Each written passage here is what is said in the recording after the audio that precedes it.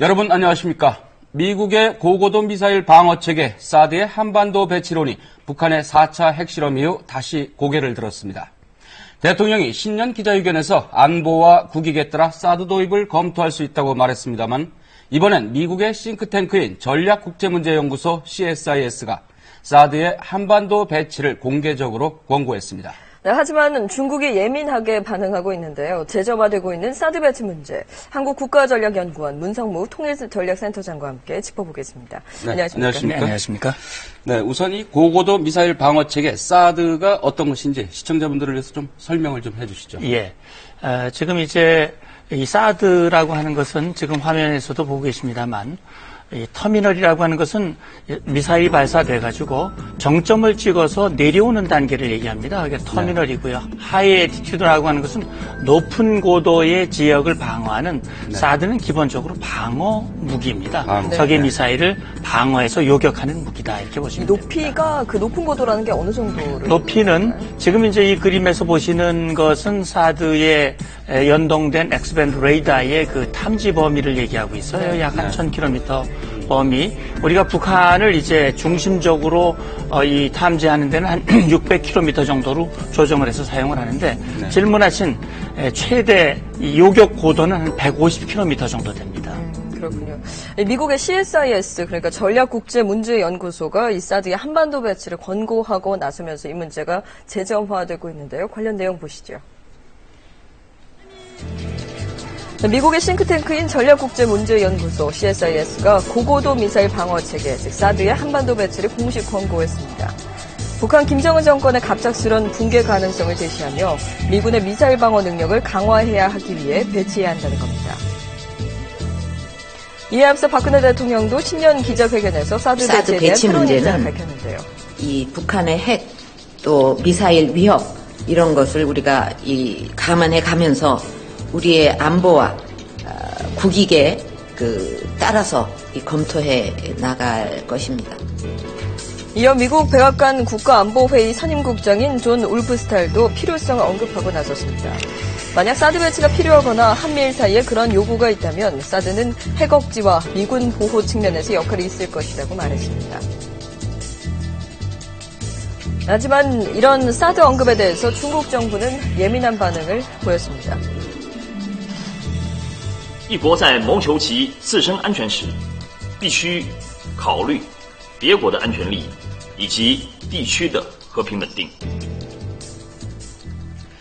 이 미국의 이제 전략국제문제연구소 CSI라고 하면은 이제 작년 10월에 박근혜 대통령이 이제 미국을 방문했을 때 연설을 했던 곳 아닙니까? 그렇죠. 그만큼 이제 어떤 파워풀한 기관이고 미 행정부에 이제 미치는 영향도 좀 클 것 같은데 이런 기관의 권고 아니라면은 그것이 곧 미 행정부의 입장 변화로 바로 이어질 수 있지 않을까요?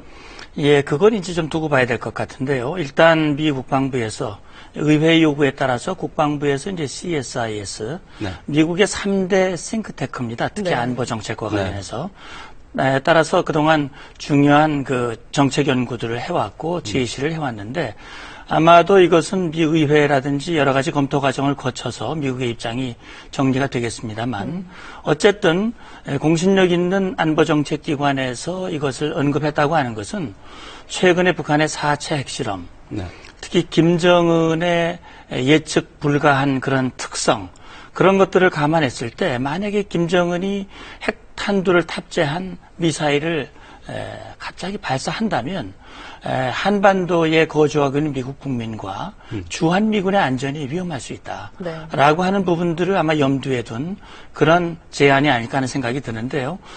지금 사드의 도입이라고 하는 것은 우리 정부가 돈을 지불하고 도입하는 그 차원이 아니라 지금 거론이 되고 있는 것은 주한미군 기지에 미국이 사드를 배치하는 문제, 현재 그렇게 지금 언급이 되는 것으로 저는 이해하고 있습니다. 네, 지난해 이제 존 케리 국무장관이 이제 사드 문제를 언급했을 때 우리 정부는 3No 정책을 얘기하면서 이제 부정적인 입장을 보였었는데요. 근데 앞서 이제 영상으로 보신 것처럼 박 대통령이 이제 사드에 대해서 처음 언급을 했습니다. 그러면 이제 북한의 핵실험으로 인해서 우리 정부 입장이 좀 달라졌다라고 볼 수 있을까요?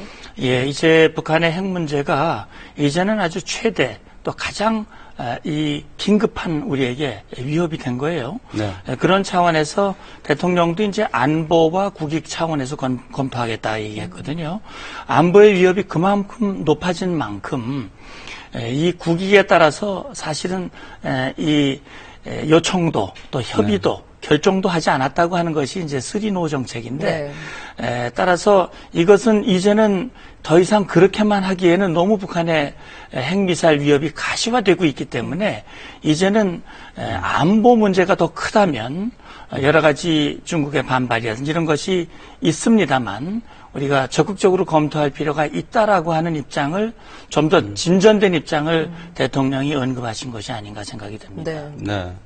그러니까 이제 이 사드가 들어온다면 북한의 핵 위협으로부터 어느 정도 우리가 그 효율적으로 방어를 할 수 있는 것인지 그게 좀 궁금합니다. 뭐 명중률이라든가 뭐 그것만 들어오면 뭐 문제가 없는 것인지 그건 아니지 않습니까? 예, 물론 사드가 배치된다고 그래서 우리 한반도 전역이 100% 북한의 미사일로부터 완벽하게 방어된다고 얘기할 수는 없겠습니다만 지금 우리가 가지고 있는 건 고도 한 15km 정도만 이 요격할 수 있는 패트리어트라고 하는 미사일을 가지고 있고요. 우리가 2020년대 중반까지 목표로 지금 개발을 진행하고 있는 소위 한국형 미사일 방어 체계 KAMD라고 하는 것은 한 30km 정도 됩니다. 그렇다면 지금 사드는 앞서 말씀드렸듯이 한 150km 고도에서 유격을 한다면 사드와 KAMD와 패트리엇 이런 것들을 겹겹이 우리의 방어 체계를 좀 더 다단계화하면 그만큼 북한의 미사일을 여러 차례 요격할 수 있는 기회를 갖는 데는 장점이 있고요. 사드 같은 경우는 그동안 80년대부터 연구가 됐고 이미 미군들은 배치된 곳이 있어요. 그리고 여러 차례 실험을 거쳐서 80% 이상의 명중률을 이미 확인한 바가 있습니다. 따라서 사드의 배치는 북한의 핵미사일 위협을 최대한 방어하는 데 유리하고 실효적인 그런 조치라고 볼 수 있는 것이죠. 실질적인 핵 억지력에 도움이 될 수 있는 그런 무기. 그렇죠. 그렇기 때문에 북한이 굉장히 아주 반발하고 있는 것이고. 예. 근데 이제 중국 쪽에서 보면요,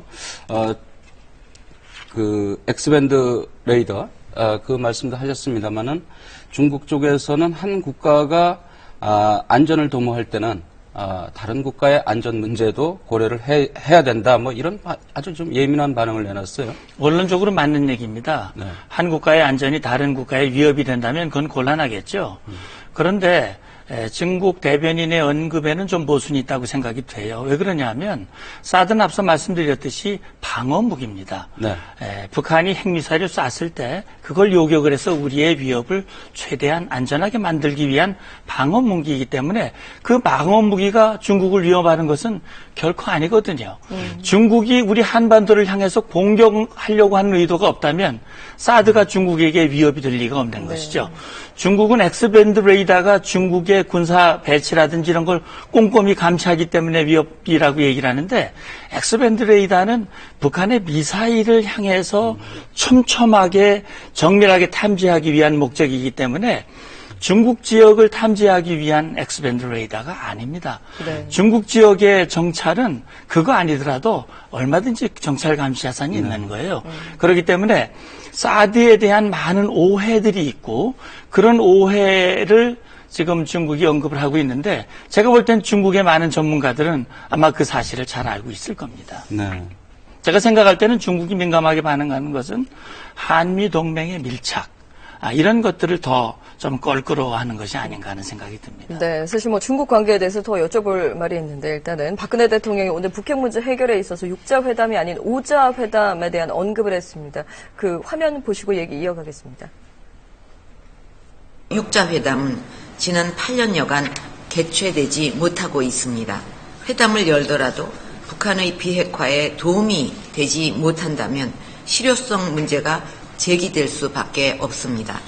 6자 회담만이 아니라 북한을 제외한 5자 회담을 시도하는 등 다양하고 창의적인 접근 방법을 찾아야 할 것입니다.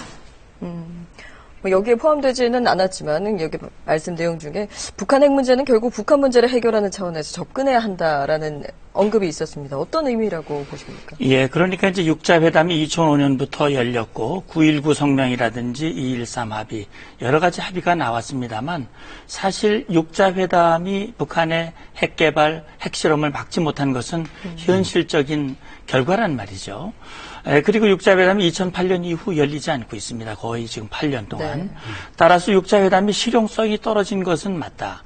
대통령의 언급은 육자회담뿐만이 아니라 육자회담만 매달리는 것이 아니라 네. 다양한 이 방안을 찾아야 되고 특히 북한의 핵 문제라고 하는 것이 핵 문제 자체만의 문제가 아니고 여러 가지 문제들이 복합적으로 얽혀져 있는 것이기 때문에 북한의 근본적인 태도 변화가 없이 북한 핵 문제를 해결할 수 없으니 이번에야말로 북한이 핵실험하고 핵 경제 병진 노선은 결코 북한의 체제와 정권을 지켜줄 수 없다고 하는 것을 이번 기회에 유엔을 비롯한 국제사회가 하나가 되어서 그걸 분명히 메시지를 전해주고 북한이 스스로 핵에 관련된 태도를 바꿀 수 있도록 만들어줘야 된다. 그런 의미가 함께 담겨져 있다고 저는 생각을 근데 합니다. 오국이 이제 공조를 해서 전방위적인 압박을 하면 조금 변화가 있지 않을까 좀 이제 대화의 문은 열어놓지만 네. 네. 역시 북한이 스스로 태도를 바꾸지 않으면 안 되는 여건을 함께 오자가 만들어 나가자. 네. 그런 의지로 저는 읽겠습니다. 결국은 이제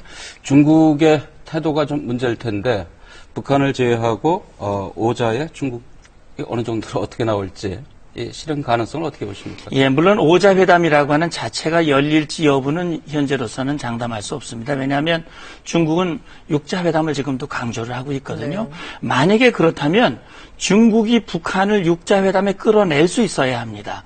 그리고 그 육자회담이 비핵화의 진전이 될 수 있도록 비핵화를 전제로 한 육자회담이 성사될 수 있도록 중국이 가시적인 조치를 취해야 되는데 이번에야말로 중국의 분명한 압력을 행사해서 북한이 그 육자회담의 장에 나올 수 있도록 해야 중국의 그 요구가 이 합리성이 부각이 될 수 있다고 볼 수 네, 있죠. 사드 배치 문제에 대해서 좀 민감해하는 만큼 그것을 뭐 여러 가지 조건을 내세워서 좀 주도권을 잡아가는 좀 그런 계기가 됐으면 좋겠다는 생각도 듭니다. 그렇습니다. 네, 오늘 말씀 네, 고맙습니다. 고맙습니다. 감사합니다.